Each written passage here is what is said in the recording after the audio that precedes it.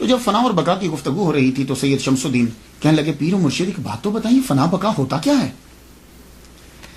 کہنے لگے شمس ہم تجھے وقت آئے گا تو دکھا دیں گے، چھوڑ کیا بتانا، دکھا دیں گے تجھے۔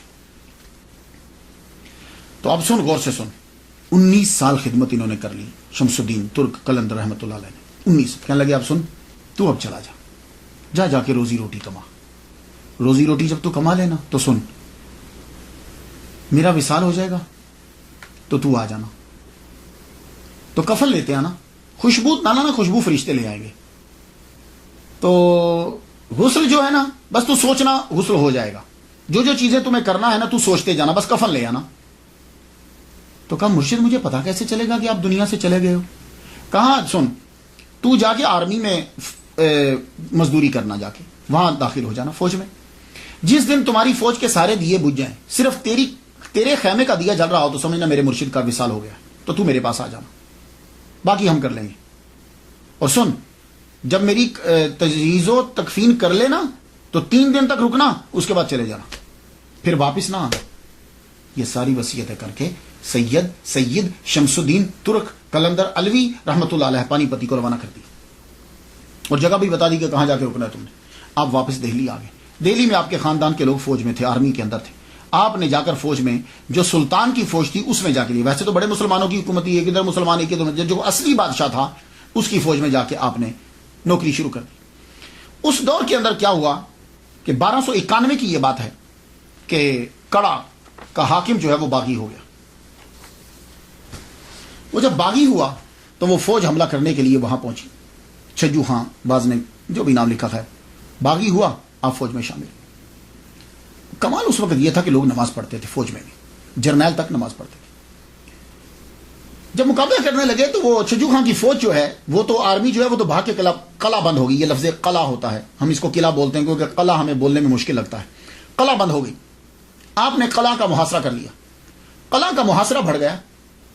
جب بڑھا تو نماز تو سب پڑھتے تھے، سردیوں کا موسم تھا، فجر کی نماز پڑھتے ہوئے بادشاہ کو گرم پانی کی جنرل کو گرم پانی کی ضرورت ہوتی تھی، تو جنرل کے لیے پانی لے جانے کے لیے آپ کا خیمہ جرنیل کے بالکل قریب تھا، تو وہ جو پانی گرم کرتا تھا نا وضو کا، وہ آپ سے آگ لے کے جاتا تھا، تو وہ آگ لیتا پانی گرم کر کے پھر جا کے جنرل کو وضو کرنے کے لیے۔ ایک دن وہ خیمے میں آیا تو بابا ہے ہی نہیں، سید شمس الدین ترک قلندر رحمۃ اللہ ہے ہی نہیں۔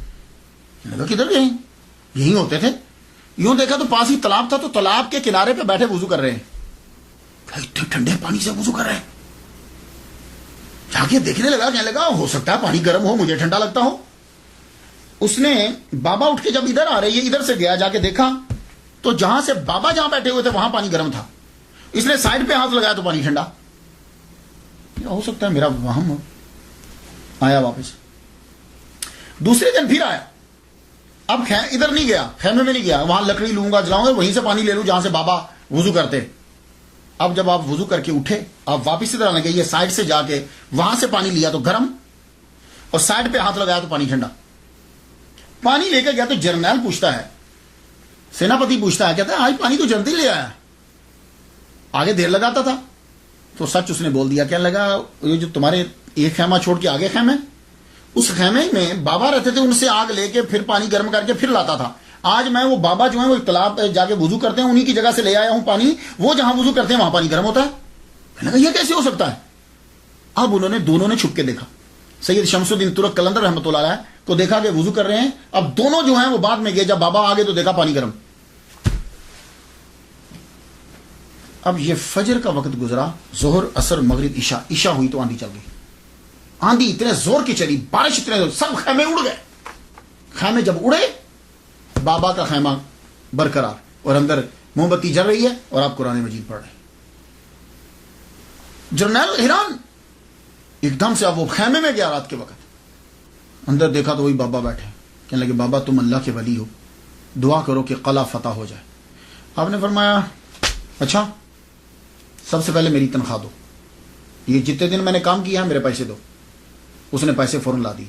فرمانے لگے دوسرا، میرا استعفیٰ قبول کرو، میں آئندہ کے بعد تیری فوج میں نہیں ہوں گا، مجھ پہ حکم مت چلانا۔ دوسری یہ بات۔ تیسری، میں اب واپس جا رہا ہوں، صبح کے وقت حملہ کر دینا، تجھے فتح ہو جائے گی۔ آپ یہ کہہ کے وہاں سے چل پڑے. کیوں؟ اس لیے کہ آپ کو پتا چل گیا کہ میرے پیر کا وصال ہو گیا. آپ وہاں سے جب چلے تو کہنے لگے میں سہارنپور کلیئر میں کیسے پہنچوں گا وہاں. ایک دم سے آپ کو ٹھوکر لگی تو آپ کا سر کسی چیز سے ٹکرایا, آپ بے ہوش ہو کے گر گئے. جب آنکھ آپ کی کھلی تو پیر کی جھونپڑی کے پاس لیٹے ہوئے. آپ ایک دم سے اٹھے, دیکھا پیر کے پاؤں کی طرف شیر ہے. صابر پیا کلیئر رحمۃ اللہ علیہ کے پاؤں کی طرف شیر بیٹھا ہوا ہے. آپ جو ہی اٹھے وہ چلا گیا. آپ نے اپنے پیر کو سوچا ایک دم سے کہ میں ان کو غسل دوں. ایک دم سے پانی کی فوار آئی اور آپ کو غسل ہو گئی. آپ نے یوں کفن رکھا, کفن خود بخود آپ کی جسم کو لپٹ گیا. جسم کو لپٹا. اب آپ جنازے کے لیے پریشان ہے کہ بندہ تو ہے ہی کوئی نہیں ہے. تھوڑی دیر کے بعد ایک گھڑ سوار آیا, قریب آتا ہے, قریب آیا, رکو ہم جنازہ پڑھائیں گے. جنازہ پڑھانے لگے اور ان کے چہرے کے اوپر نقاب ہے. جنازہ پڑھایا تو سید شمس الدین کہتے ہیں ترک رحمۃ اللہ علیہ کہ جب میں نے جنازہ شروع کیا تو ایک بندہ بھی نہیں تھا, اور جب میں نے سلام پھیرا تو دیکھا تحت نگاہ صفیں ہی صفیں, شہداء, رجال الغیب سب پیچھے کھڑے ہیں. تو نقاب اس جنازہ پڑھا کے جب جانے لگا تو میں نے ان کو پکڑ لیا. میں نے کہا بھائی رکو, کوئی مجھ سے پوچھے گا تیرے پیر کا جنازہ کس نے پڑھایا تھا تو میں کیا جواب دوں گا. انہوں نے ایک دم سے چہرے سے نقاب ہٹایا, کہنے لگے شمس وہ فنا ہے, یہ بقا ہے.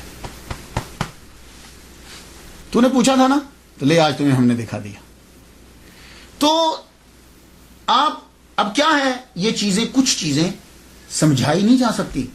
جیسے اللہ نے خود کہہ دیا وَلَا تَقُولُوا لِمَن يُقْتَلُ فِي سَبِيلِ اللَّهِ أَمْوَاتٌ بَلْ أَحْيَاءٌ وَلَكِن لَا تَشْعُرُونَ. یہ چیزیں سمجھائی نہیں جا سکتی.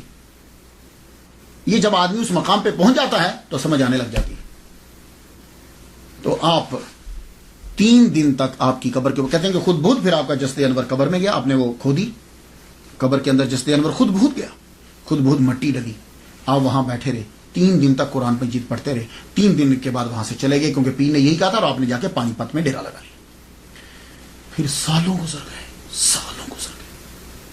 100 سال 200 سال, ہر طرف آگ برستی تھی. کوئی آدمی اگر جانے کی کوشش کرتا, قبر کا نشان مٹ گیا. کسی کو معلوم ہی نہیں کہ یہاں کہیں قبر ہوتی تھی. آپ کی قبر آپ کا, لیکن ذکر آپ کا ہوتا رہتا تھا. کیوں؟ اس لیے کہ صابریہ سلسلہ جاری تھا. صابریہ سلسلہ جو ہے وہ آپ کا جاری و ساری رہا.